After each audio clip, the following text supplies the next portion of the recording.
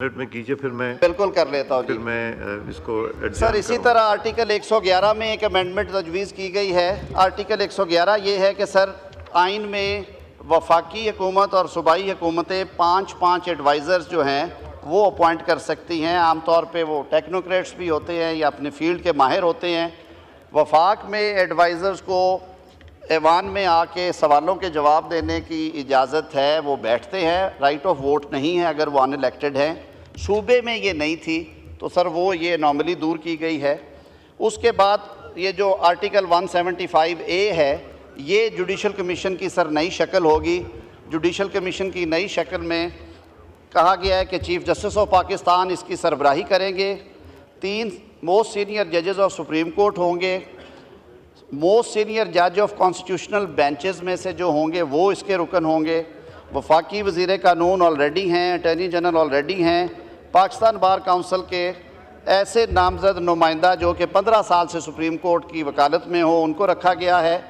Senate और कौमी assembly से सर जो हमारी पार्लिमानी कमेटी थी उसका हमने रोल चेंज किया, साइज़ चेंज किया, तो 4 पार्लियामेंटेरियंस उस कमीशन के मेंबर्स बनाए गए हैं। 2 सेनेटर्स, 2 MNAs, 1 अपोजिशन से, 1 ट्रेजरी से to be nominated by leader of house and leader of opposition.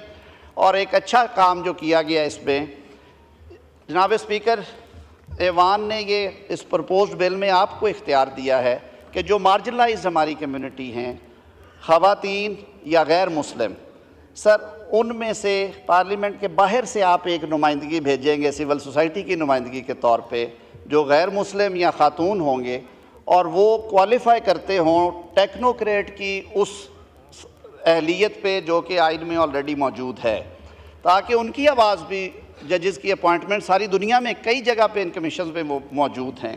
सूबे की जो है जी तादाद, चीफ़ जस्टिस, एक सीनियर जज, बार काउंसिल के नुमाइंदे और उसके साथ वज़ीर कानून सूबे के, उनको ऐसे ही रखा गया है। इस्लामाबाद में नया हाई कोर्ट बना था, बार काउंसिल नहीं बनी थी, बार काउंसिल की नुमाइंदगी नहीं थी, सर उसको नुमाइंदगी दी गई है। जनाब स्पीकर, अब आगे चलते हैं। यही जुडिशल कमीशन जो इसमें प्रपोज्ड कॉन्स्टिट्यूशनल बेंचेस हैं उनके जजेस का इंतखाब भी यही जुडिशल कमीशन करेगा, ताकि जो अदालती काम है वो अदालती तरीक़ेकार से और उसी कमीशन के अंदर हो, जो जजेस को अपॉइंट करता, उनकी कंफर्मेशन करता है या उनको घर भेजता है। एक जो इजाफी काम सौंपी गई है ज़िम्मेदारी कमीशन को, जनाब स्पीकर, ये आम शिकायत है कि आला अदलिया में कुछ जज साहबान और कई जज साहबान बहुत अच्छा काम करते हैं और कई जज साहबान हैं जो अपनी तबीयत के मुताबिक काम करते हैं। एक ही जगह पे, मैं पहले भी ये बात कर चुका हूँ, एक कॉरिडोर होता है, आप इस बात को समझते हैं। एक अदालत में रोज़ 15 मुकदमों का फ़ैसला होता है, दूसरी में रोज़ 1 या 2 का होता है। जो काम नहीं करता उसकी एवेल्यूएशन होगी कमीशन में, रिपोर्ट्स आएंगी, एक क्राइटेरिया सेट किया जाएगा। जो काम नहीं करता सर वो घर जाए। आवाम के टैक्स के पैसों से सारा निज़ाम चलता है सर, और ख़ुद एहतसाब का अमल हर इदारे में होना चाहिए। जनाब स्पीकर, यही कमीशन जो है वो कॉन्स्टिट्यूशनल बेंचेस में भी उनका तकर्रर करेगा। इसी तरह जनाब स्पीकर, जो हाई कोर्ट में अपॉइंटमेंट की एज है उसको 45 से 40 साल किया गया। हमारा यंग टैलेंट आ रहा है सर, बहुत अच्छे लोग आ रहे हैं, हमें एक अच्छा पूल मिलेगा सर। आर्टिकल 184 में एक तरमीम की गई है कि सुओ मोटो में करें, एक्सरसाइज करें ओरिजिनल जुरिस्डिक्शन, लेकिन सवाल गंदम जवाब चना नहीं होना चाहिए। जनाब स्पीकर, मांगने कुछ जाते हैं, दे के कुछ भेज दिया जाता है। एक दफ़ा नहीं, ये कई दफ़ा हो चुका है। उसकी एक स्टेटमेंट दी गई है कि जो कानून की पहली मंशा है कि जो मांगा जाए, जो प्रेयर होगी, जो मुद्दा होगा, जो कंटेंट्स होंगे एप्लीकेशन के, आप उसमें रह के आप फैसला करें। ये वहाँ पे तरमीम की गई है। आर्टिकल 186 में सुप्रीम कोर्ट की पावर्स है एक सूबे से दूसरे सूबे में केस ट्रांसफ़र करने की, और जहाँ पे ऐसा केस आए जिसका इम्पेक्ट पूरे मुल्क पे आए, पंजाब में बैठ के या सिंध में बैठ के ऐसा पास ऑर्डर करे जिसका इतलाक़ खैबर पख्तूनख्वा से लेके बलूचिस्तान तक भी हो रहा है, तो वो केस की नौयत को देखते हुए सुप्रीम कोर्ट अपने पास भी उसे रख सकती है। जनाब स्पीकर, इसी तरह 191A जो है constitutional benches in the supreme court, उनका कॉन्स्टिट्यूशनल कोर्ट के जो दोस्तों ने कहा कि उसके सब्स्टिट्यूट के तौर पे उनको यहाँ पे शामिल किया गया है। Judicial commission of Pakistan nominate करेंगे नंबर ऑफ जजेस जो कि कॉन्स्टिट्यूशनल वर्क करेंगे, 184 की 186 की जुरिस्डिक्शन एक्सरसाइज करेंगे। जो हाई कोर्ट से नीचे से फैसले आते हैं, जो कॉन्स्टिट्यूशनल इंटरप्रटेशन या लीगल इंटरप्रटेशन जुड़ी हुई कॉन्स्टिट्यूशन से, फंडामेंटल राइट्स के हवाले से, उन अपीलों के फैसले भी वो करेंगे, ताकि बाकी सुप्रीम कोर्ट इन मामलात से हट के जो आम लोगों के मुकदमात हैं जिनकी तादाद 60,000 है उनको रिलीफ दे सकें। और ये स्पेशल कॉन्स्टिट्यूशनल बेंच दीगर अमूर भी निपटाएंगे, लेकिन इन कैटेगरीज ऑफ केसेस को ये कॉन्स्टिट्यूशनल बेंच डील करेंगे। जनाब स्पीकर, इसी तरह हाई कोर्ट्स के लिए भी कॉन्स्टिट्यूशनल बेंचेस जो हैं वो मुतारफ़ कराए गए हैं। सारा मैकेनिज़्म दे दिया गया है आइन में।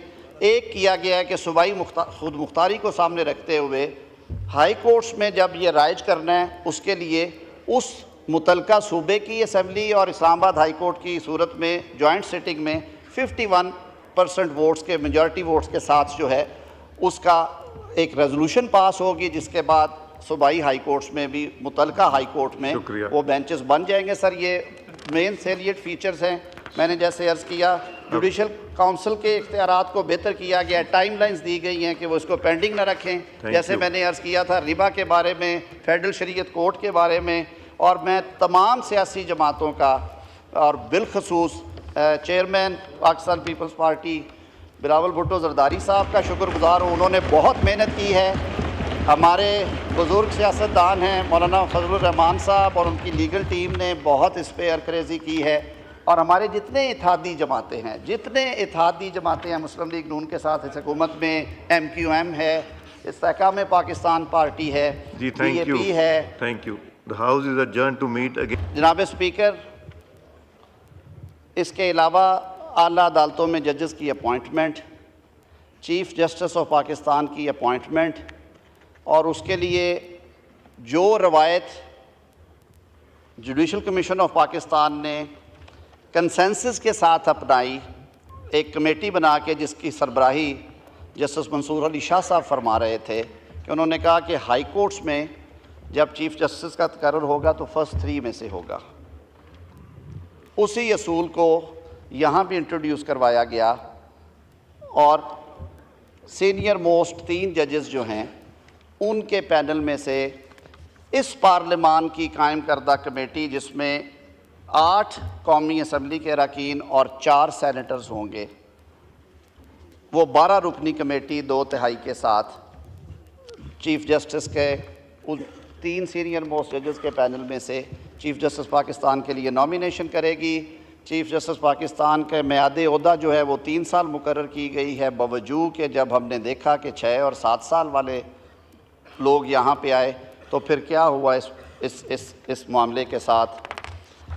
कुछ कॉन्सिक्वेंशियल अमेंडमेंट्स हैं जिसकी वजह से क्लॉजेस ज़्यादा होंगी। कुछ अमेंडमेंट्स आज सेनेट में फ्लोर ऑफ हाउस,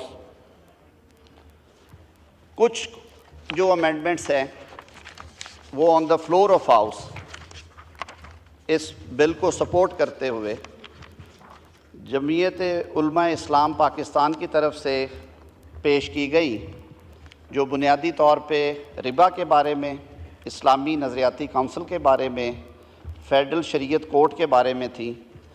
उन अमेंडमेंट्स को हुकूमती इत्तेहाद ने सेनेट में सपोर्ट किया और वो इस बिल का हिस्सा बनी।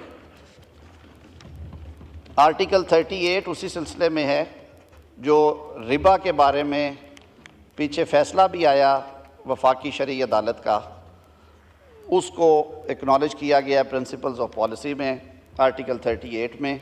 आर्टिकल 48 में एक कुछ चीज़ें कई दफ़ा ओझल हो जाती हैं।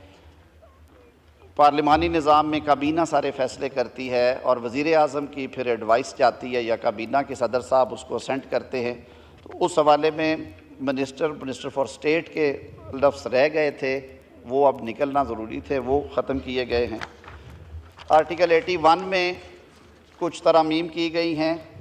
जजेस की अकाउंटेबिलिटी के लिए सुप्रीम जुडिशल काउंसिल में एक अलग सेक्रेटेरिएट के क़याम का यहाँ पे कहा गया आर्टिकल 209 में। और जुडिशल कमीशन ऑफ पाकिस्तान